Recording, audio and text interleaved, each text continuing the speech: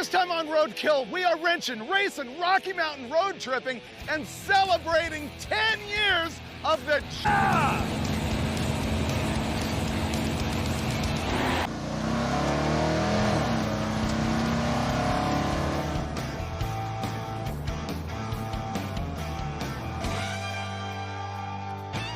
Finnegan.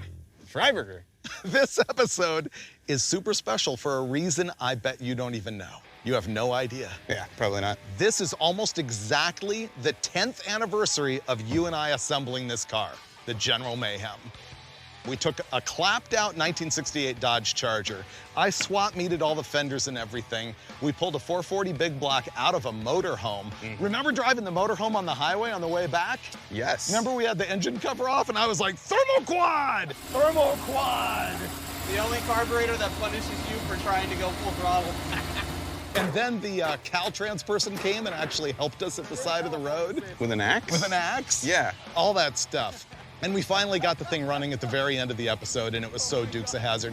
The scene of us splashing through the water, jumping the embankment, going down the railroad tracks. Just great, great scenes. That was 10 years ago. And so I thought we would bring it back. Now, this episode's gonna seem super random, what we're doing. Okay. But I'm also really excited about it. You know, I collect drag strips, meaning I go to drag strips and keep a big list so that I can see where I've been. And I've never been here to Yellowstone Dragstrip, which is outside of Billings, Montana. It's been here since 2003. It's their 20th anniversary. And we're gonna run the quarter mile with the car and then take a big road trip that we've never done before south through Wyoming. And I will take my first and last pass at Bandimere. You should too, so that you can say you've done it, because it'll be done at the end of this season. We have a moment of silence. Yeah, it sucks. Okay. So that's my plan. I think I'm gonna change oil on this thing, check the air pressure in the tires, and we're gonna go down the quarter mile here at Yellowstone. I just want to do an oil change on this thing, and it's not as simple as it sounds. See, General Mayhem has an AccuSump on it. The AccuSump is basically an accumulator. It is a cylinder that, in my case, holds 3 quarts. They also make smaller ones.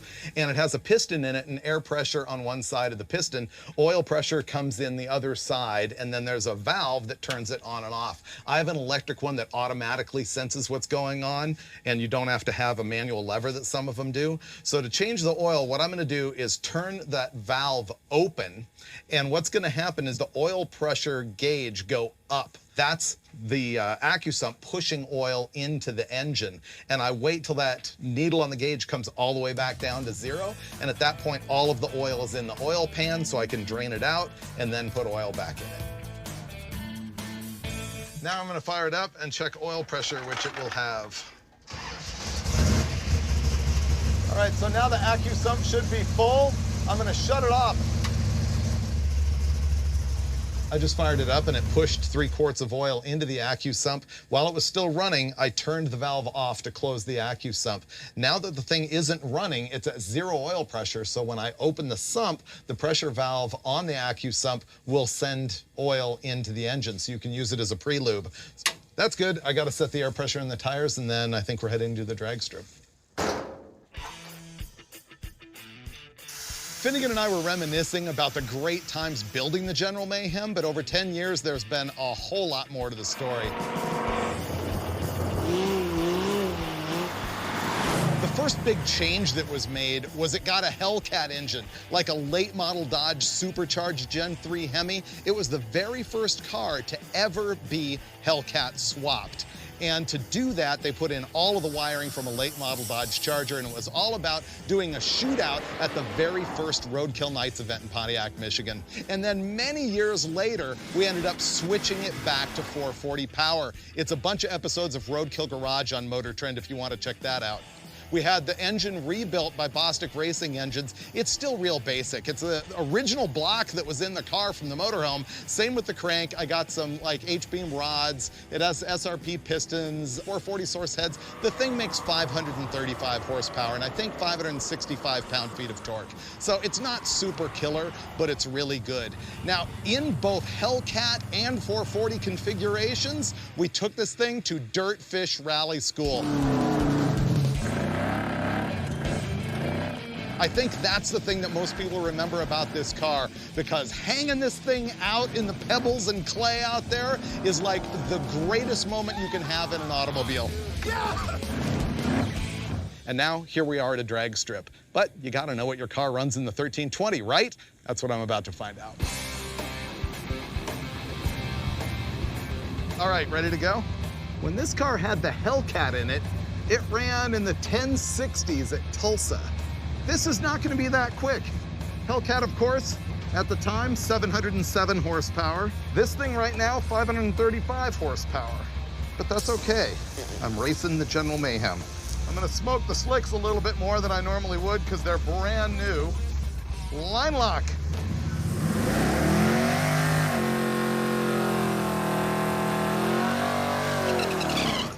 Oh, good burnout, Freiburger. Here we go, first pass ever with the 440 in the General Mayhem. So this allegedly makes like 550 horsepower. It's not a light car, even though it's missing everything. 1290, that's what I'm saying.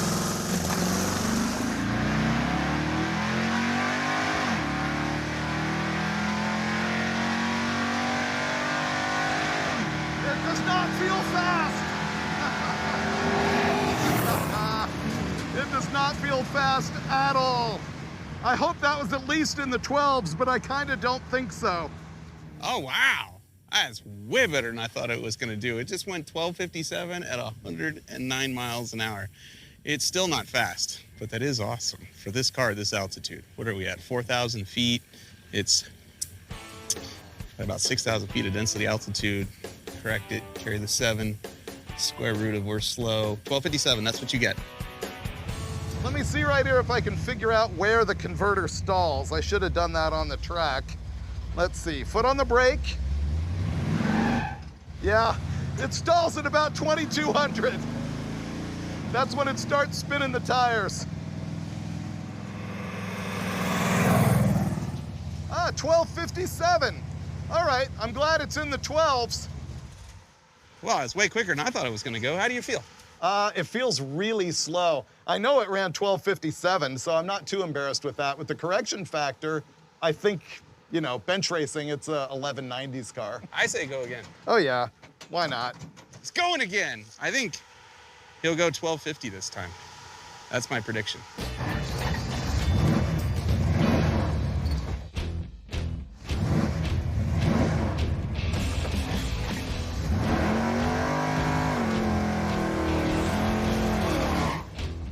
All right, let's see if we can make this better. Maybe I'll go really shallow. There we go. And I will stall it up to right there. And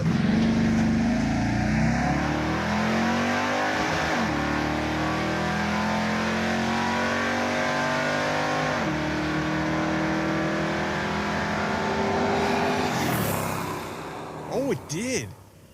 Oh, he picked up a lot. It just went 1238 at 111. that was better. I don't even know what you did because I heard it bounce off the rev limiter in first, and I'm like, well, this won't go better. It's way better. That's not rev limiter, that's hydraulic roller lifters floating. Oh. Yeah. Oh, okay. Well, there's that. Dude, you picked up a 10th in the 60-foot. So when I was at the line this time, I was able to step on the brakes and bring it up to 2,000 before I left. You picked up 1.5 miles per hour. Oh, great. Yeah, 111. That's cool. Can you do more? Can you do that again? I need to shift it right before 6,000 for it to not float the valves a little. Right now, Finnegan is changing the rev limiter on this thing.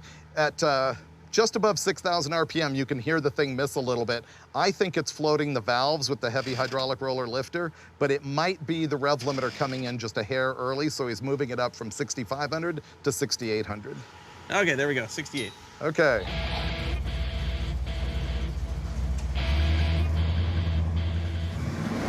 So Mayhem is an ignition box that you can digitally adjust with dials the launch RPM, which is called the two-step, and the main RPM rev limit. It was set at 6,500. We just moved it up to 6,800. Maybe now it won't bounce off the rev limiter in first gear. Maybe the trans is warmer, it'll slip more and go faster.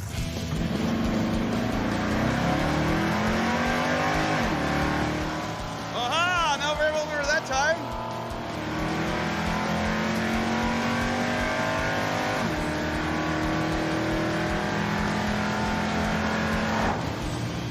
don't touch the rev limiter, but I shift a little bit shorter. We'll see. I don't know if this engine wants that short shift or if it would actually like 6,500. It makes peak power at 5,800, and usually you want to run past your peak horsepower point so that it can fall down into an RPM where it can still accelerate. It went 1233 at 111.5. That was great. Did you short shift it or did the rev limiter help? Short shifted. Oh, all right. Well, your 60 foot was nearly identical, but you picked up almost 300ths to the 330. 1233. 1233. Yeah, not bad. That's probably what it does. Why don't we go to a track that's even higher in elevation and go make slower? it worse? Yeah. Yeah, that's a good idea. Yeah, all right, let's do that. It's not the destination or the ET, it's the journey. That's right. Well, we are done at track number 1, on to track number 2, but first, we're taking off our slicks and putting on some treaded tires that have had so many burnouts done to them, they might as well be slicks. All right. This is a really nice track. I'm definitely coming back here.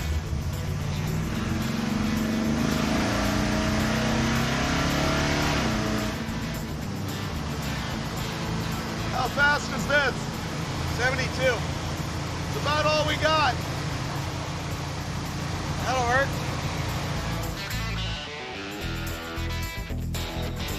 Well, yesterday I checked another one off the list for the General Mayhem, got it to a drag strip, ran 1233. Right now we're in Billings, Montana, and we're gonna head out today. This will be the first really big road trip for this. We got 600 miles in total. Today about 220 or so, and we're gonna try and find a really cool junkyard that has Mopar stuff. So Montana into Wyoming. Ready? Yes.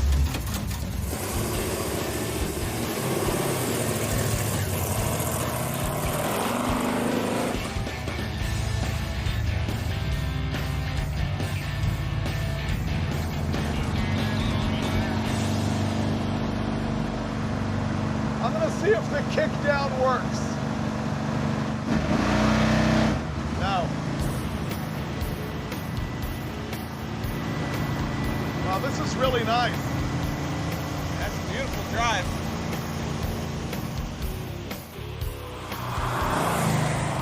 Man, we just rolled into Wyoming from Montana, and immediately we spotted this like boat thing. It's like Cadillac Ranch in Texas with boats, so naturally you had to stop and check it out.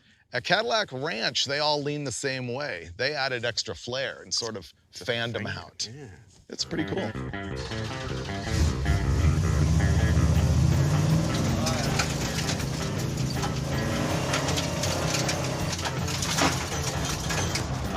You got it, go, go, go. Oh!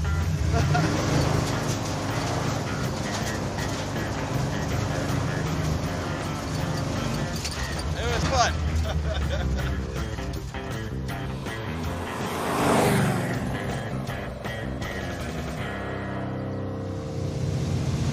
Performance Auto, used cars and parts. That's us. Oh, that's a lot of vehicles. Ooh, Chargers. Oh, maybe they're parked near 68 Chargers. Corvair. Square body pickups.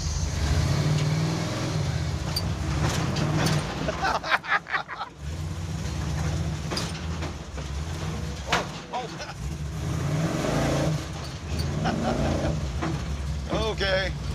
Ooh. All right, this is our home. This is where I'm gonna get out and look. Okay, I'll go with you. This is Performance Auto, middle of nowhere, Wyoming, and it's really cool. The guy, Sean, who's involved here, emailed me and was like, man, you gotta come out and see this. He gave us permission to just drive around. This place is incredible. I love the hood on these. Yeah, this one's got the cool 69 hood blackout treatment, like the stripes. It says Mopar on the windshield already. It's pieced together from a dozen cars. This is exactly my speed. This is good, Dave. Yeah. This is like the General Mayhem of Roadrunners or satellites. Which one is it? Oh, it's a satellite with Roadrunner parts on it, but I wouldn't care. This is a 71 Charger. This is a 72 Satellite and a 65 Coronet. I found my car. Yeah, this has a motor in it. Don't care. This is not a Roadrunner, but I love it. With a 4-speed hump in it and 4-speed pedals. We're buying this one. Dude, this has great I paint would on it. totally have this. Here's gearhead logic. I just sold a car and I've got money burning a hole in my pocket. So I've been looking for a Roadrunner really hard. I've been finding Roadrunners that are fairly beat in like the $20,000 to $25,000 range. And then of course I come here and I spot this Belvedere. So instead of the Roadrunner, this is a 1969 Plymouth Belvedere, the lowest trim model that you could get, and it's actually what the Roadrunner was based on. A Roadrunner would be this car with a few stickers and a different hood on it and maybe some different brakes and a sway bar. Other than that, they're the same thing. And I purchased the thing for way less than that. And so it's like I saved like $20,000, right? I actually got this, and my plan for it is sort of to leave the paint the way it is, finish up the interior pretty nice. I'm glad it has windows, unlike the General Mayhem, and I've got a 426 Hemi that used to be in the Hemi Gremmy that I hope will find its way into this car. Oh, this is great.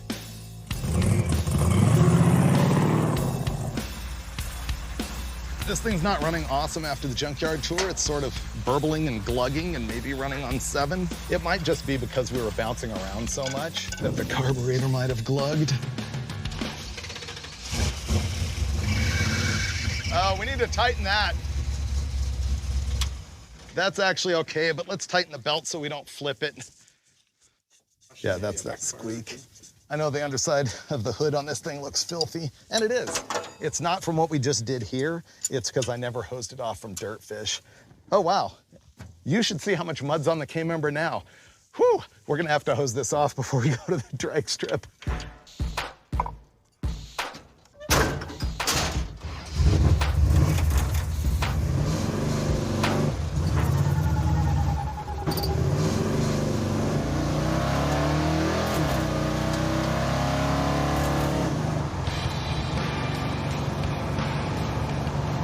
Oh, that new car feeling.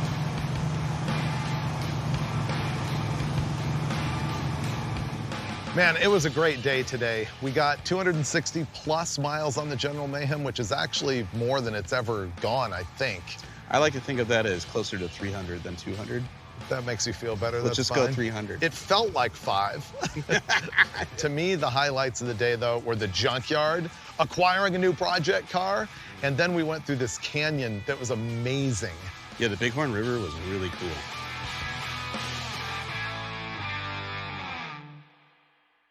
We're roughly halfway on our trip between Billings, Montana and Denver with drag strips at both ends. I think it's a good time for a General Mayhem sort of road test evaluation. She's plush, man. Yeah, it rides pretty good. It just drives like a regular car. It's a lot of fun. Automatic transmission works. It's just used garbage. You want to drive? Yes, I do. All right. Yes, I do.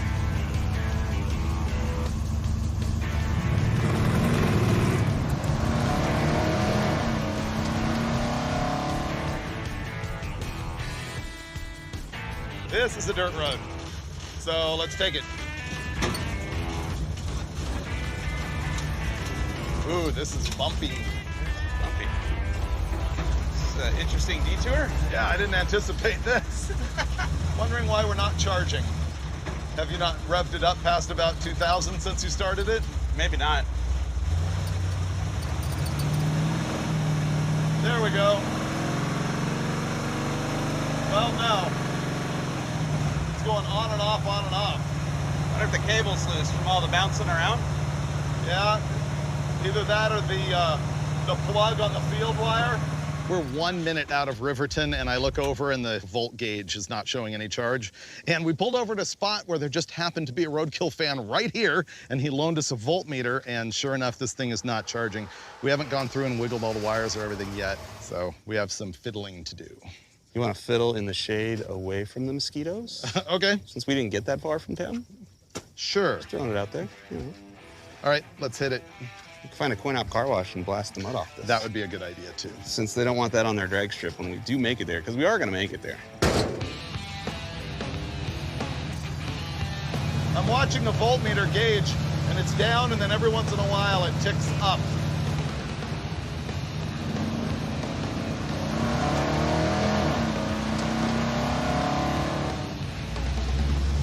Oh, there's a car wash right there. We're going to wash our car. Yeah. And fix it. Our car isn't charging, and so we're gonna wash it. Seriously, we came here to get some shade and to cool off. And I actually ran into the car wash owner, and he said, go ahead and blow your mud chunks all over our bay. He doesn't care, so that's what we're gonna do. I'm gonna get all the mud off of it because when we go to the drag strip, I don't want to drop all the crud onto the track and be that guy. And once we got it all cleaned up, then we'll troubleshoot. Yes. It's good enough. I really hope we can fix this alternator. I'm gonna find out if it has battery voltage over here. Yep, this has battery voltage. Okay, rev it up.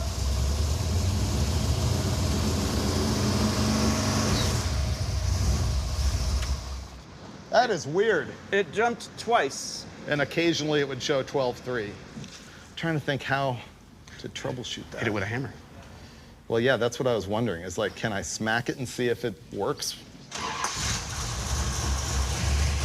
This is dumb, but I'm gonna try and hit the alternator and see what happens. Nothing, right? Every now and again, it jumps up. Oh, now it's working, isn't it? Working now. Now it's got a ton of load, so it's squeaking the belt. All it was that connection. All right, we're back. So I turned the turn signal switch, and then it went up. And I was like, oh, it's fixed. And then it went down. When you turned it off, I had that unplugged. Ah. When I plugged it back in, the belt started squealing really bad because all of a sudden it had a bunch of load because it was charging. Oh, yeah, it's 14 now. Yeah, so I think it's just that little connection. Oh, sweet. Let me crimp it a bit and make it better. Okay. And then finally get out of here. We're still where we started. We're 3 blocks Yeah. from our hotel. Okay, give it a shot.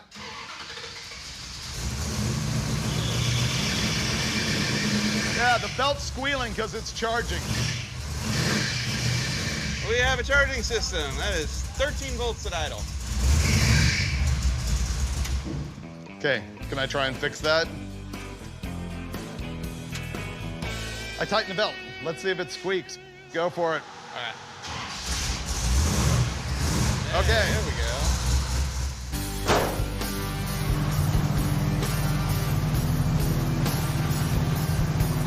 This is where we broke down earlier. Yeah. So in 30 seconds, we're already doing better. And now. All right, progress. Yep. And it's charging.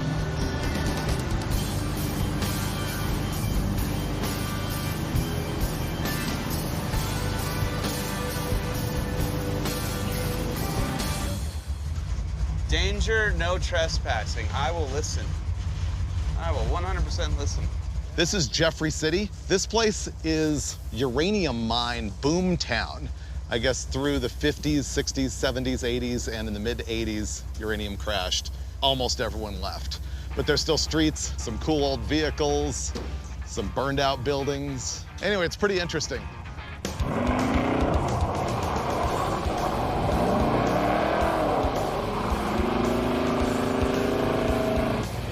We stopped in Muddy Gap, Wyoming for gas, and the guy who owns the station told us to do donuts, so, you know, you can't let him down.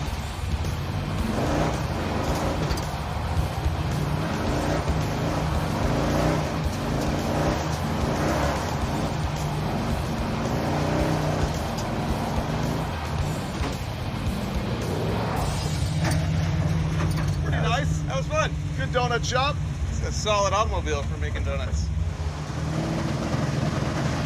See, what is going on? Yeah, it does that sometimes. It's got to be the carburetor flooding, right? Yeah. It's weird. Now we're headed into a dark cloud. Wow. That's bad. We're not going over there. We're going over there. Yeah, I hope we just keep going this way.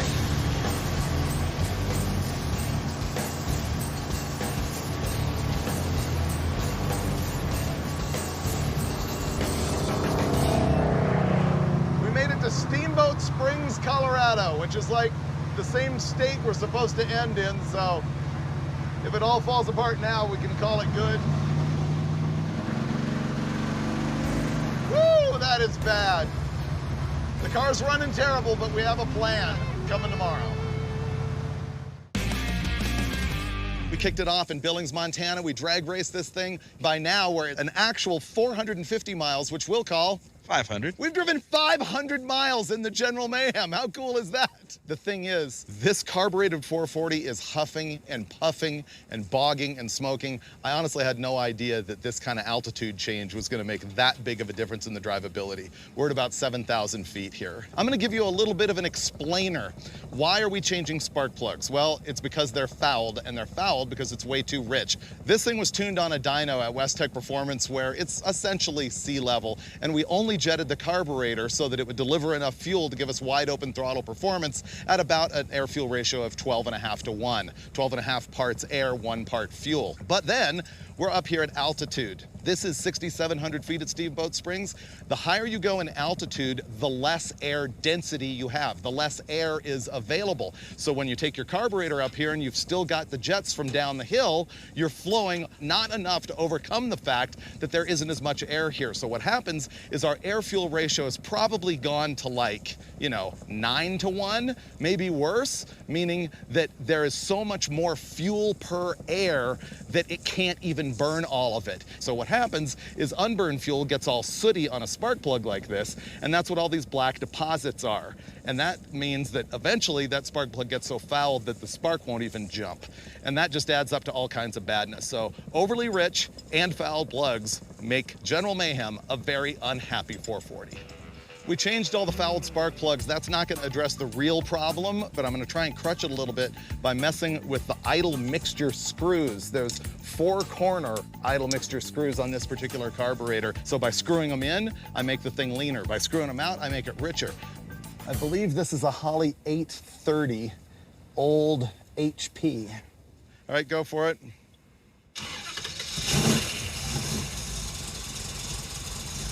Wow, it runs terrible. Now I'm gonna lean it out, see if it makes a difference. So what I'm gonna do is move the rear ones to 1. Hear how it's running better already? There we go. That's better. And then I'm gonna put these at 1. Now I hear 8 happy cylinders. That's much better. Is it? Oh, wow. This thing has a huge squirter in it. This also explains why it is gurgling black smoke and why it's so rich. All right, we're on our way to the neighborhood of Bandimere Speedway. You don't have to pump it anymore. It fires right up. Good.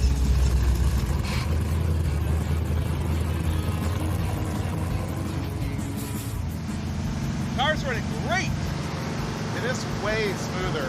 I really wonder how much of that is putting the smaller squirter up front, because I really think they dribble. I think you're right. Do you feel that General Mayhem's actually obligated to go on dirt every time it's seen? I guess that's been a rule so far. It is its natural habitat. Well, this place turned out to be all paved except for the parking lot. And when you're in a gravel parking lot, what are you gonna do? With the spool, it just drifts so easy. Will it Rockford? Oh, let's find out. Yeah. I tried a Rockford earlier in the episode, and I'm actually hoping they cut it out of the show because it was completely awful.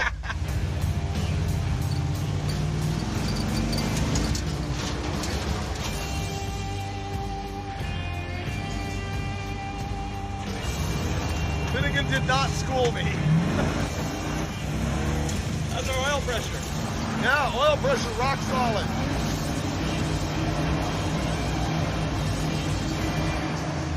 That's fun. Thanks for letting me drive. I was completely relaxed, man. It was just... Oh! We're not low on gas, are we? I mean, it still doesn't love the altitude. The carb's gotta be leaking. Well, that was going really good right up until the part where it wasn't. Made it about 38 feet away from the scene of the crime. We thought we were out of here, and then the car just shut off. And I think it's because there's gas leaking everywhere. Here's how this works. Fuel comes in the bowl right here. Underneath this screw is the needle and seat. That's basically the on-off switch. It either lets fuel flow or it doesn't. And it does that based on the position of the float. The needle and seat is activated by a lever on the float so that when it drops down, that needle and seat opens. When it comes up, it shuts the valve. And so you can adjust it with this screw and nut. What I'm gonna do is just lower the float bowl. So I'm going to loosen this And it didn't leak gas, unusually. So I'm gonna move that down one flat and another half. Then I will tighten that and do the same back here. Now with that lower, hopefully it doesn't glug out the boosters as much. Go for it.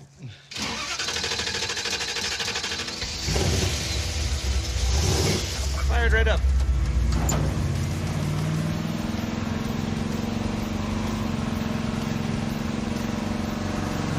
We do keep making it better. Oh yeah. Where to now? Let's try to find actual dirt road. Okay. I like actual dirt road.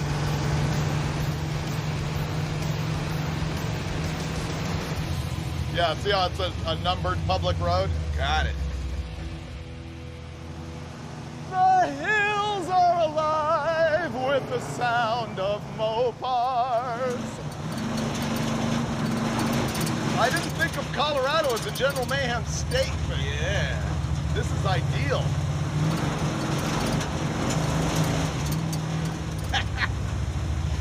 Wow, this is awesome. So here we are, enjoying off-road merriment and beauty in the rolling hills of Colorado. Every time we do some fun dirt roading with this thing, that carburetor rebels. What's happening is it is glugging fuel into the engine, like literally just pouring out of a bucket in there. You can tell because when he just took the air cleaner off, it's actually all wet in here. I didn't remove it before, but here is the actual needle and seat. This part right here touches that arm on the float, and it either closes off the flow of fuel like that or opens it like that. Seems perfectly free. Mike just adjusted the rear float level with it, and he's got the screw out of the side of the bowl, so I'm gonna fire it up and he'll see if that fuel is like glugging out of there or if it's right at the bottom of the hole where it needs to be.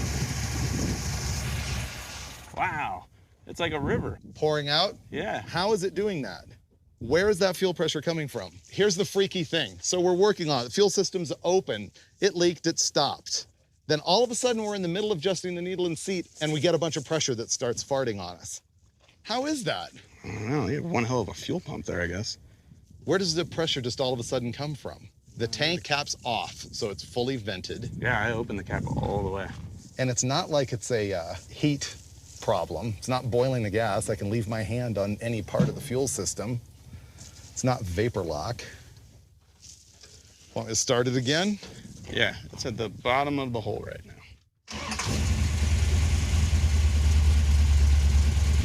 Okay. And now it runs fine.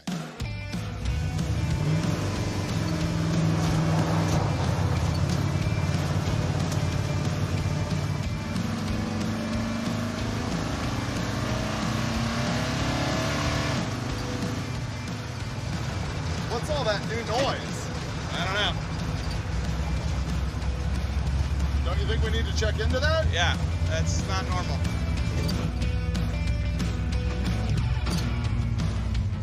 Made a noise like something was dragging on the ground.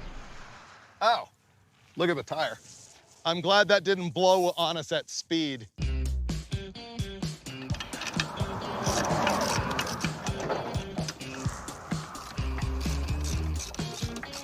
All right. Go for it. Okay, well that was fun. Woo! That was total roadkill moment. We left the dirt back there and it seemed like we had fixed the carburetor. It was running good, but then the car was shaking real bad. There was a giant bubble in the tire. I'm pretty sure it was from your action on the parking lot. Thank God we brought the slicks with us though. Now we have slicks on it. And here's the good thing about altitude. Those had 13 pounds in them when we left Billings, Montana. And this is about 2,000 more feet of elevation, a little bit more than that. And so the tires will have more than 13 pounds in them now. Oh yeah, they're DOT rated now at this altitude. The really soft sidewalls on the slicks are gonna get real hot, real fast going around curvy mountain roads. But hey, it runs good. I love changing tires on the side of mountain roads. Because roadkill. We just made it here to Silverthorne, Colorado, where we're probably gonna have to stay for the night because it's starting to rain and we're on slicks. We don't have regular tires. And after we got off that last section of dirt, I'm like, we fixed this carburetor. Oh, it ran We're home great. free. Ran perfect until we got here in town. And once again, it's just glugging gas. I think the flow could go down a little more tomorrow. Yeah, that is a seriously confusing problem. We are at 9,100 feet. This isn't a Finnegan rounded up. No, actual 9,100. We are at 10,000 feet. There you That's go. the problem. There you go. Now you're on my program. It only took 12 years.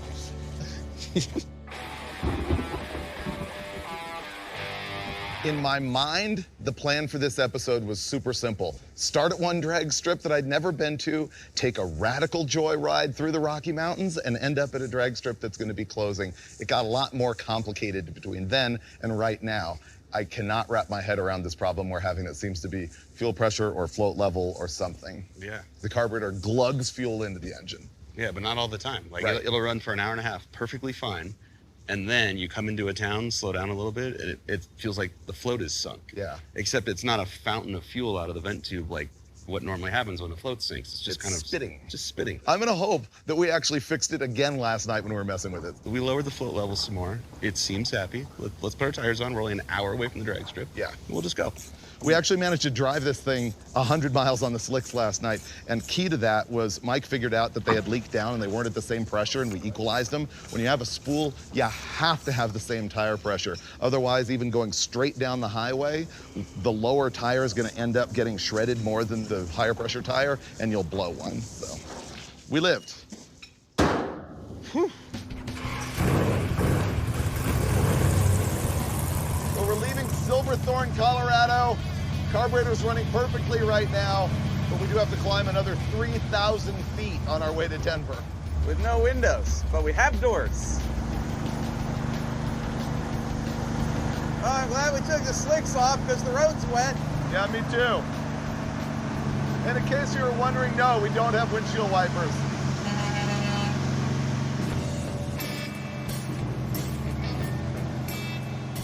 It's snowing! In case it's not obvious. It is snowing. I totally did not see this coming. Hey, it won't be snowing inside the Johnson Tunnel.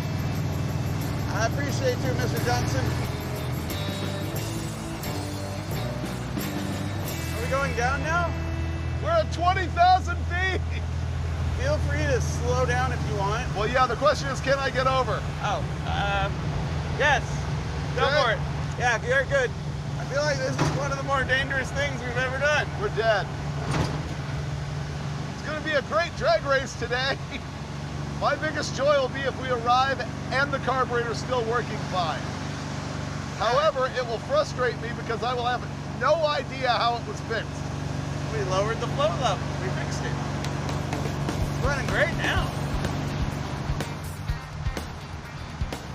There's the sign right there. Look, welcome to Bandimere Speedway. We have made it. It's official. You. And it's actually not raining at this moment. And this is it, Bandimere Speedway. It was really important to me to set this as the final destination for this episode because it's near certainty that this is going to be the final season in 2023 here at this track. This place was founded right here in the Colorado mountainside, 1958, by John Bandimere Sr. Super interesting cat. There were stories of him in Hot Rod Magazine. He made his own superchargers to overcome the altitude in these places. He had his own parts store, and he opened the drag strip here, and there's been a bunch of innovations over the years. So that screeching sound you hear is the noise of that rotator from the tires turning backwards on the tractor, and that was invented here at Bandimere. So was the CompuLink system, which is the computer timing and the screens and everything that are set up to run every single NHRA national event as far as timing goes. This is gonna be like, I don't know, the dozenth time that I've been at the track, but today is gonna be the first time I've ever driven down it, and so we will probably be seeing the first and last time that I'll ever get to make a pass here at Bandimere. Okay, so here's the thing. This is the roadkill part of it. Our carburetor is still a mystery. We've got the front float sunk all the way to the bottom. We drove it all the way here. It's running better than it has on the whole trip. We don't get it. There's no way in any textbook from Holly that this thing will ever make it all the way down the drag strip with the front float bowl that low. It should run out of fuel. Which is why I said, if you get 300 feet out there and you don't like it, just back up. I have the tools. I'll raise it back up. Go again. One way or another, we're gonna get the General Mayhem down this track, and I don't care if it's a 28-second pass. This is so cool that they're letting us do this. They've got a full event going on here today. There's weather delays. They just prepped the track, and I'm gonna be the first one down. I predict a very, very rowdy burnout out of Mr. Freiburger right now, because this might be the only time he ever gets to do this at this track.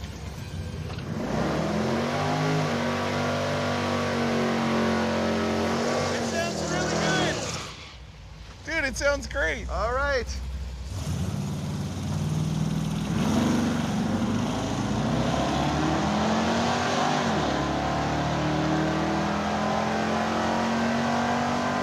$195, 60 foot. It's not bad for that car. $1297 at 106. That's not bad. All right, it's slow, but I did it.